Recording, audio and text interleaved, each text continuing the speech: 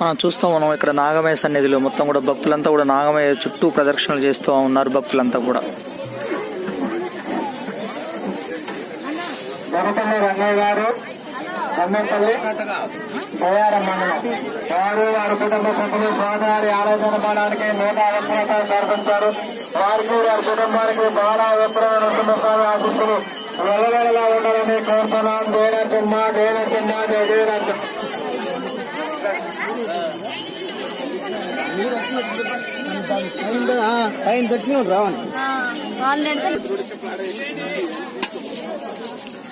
బాల ఉగ్ర నరసింహస్వామి సన్నిధిలో ముఖ్యంగా పసుపు కుంకుమ విభాగంలో మనం చూస్తా ఉన్నాం. భక్తులు వేలాది మంది భక్తులంతా కూడా ఊయలలు ఇక్కడ కట్టారు. సంతాన ప్రాప్తి కోసం, సంతానం కలగాలని వారంతా కూడా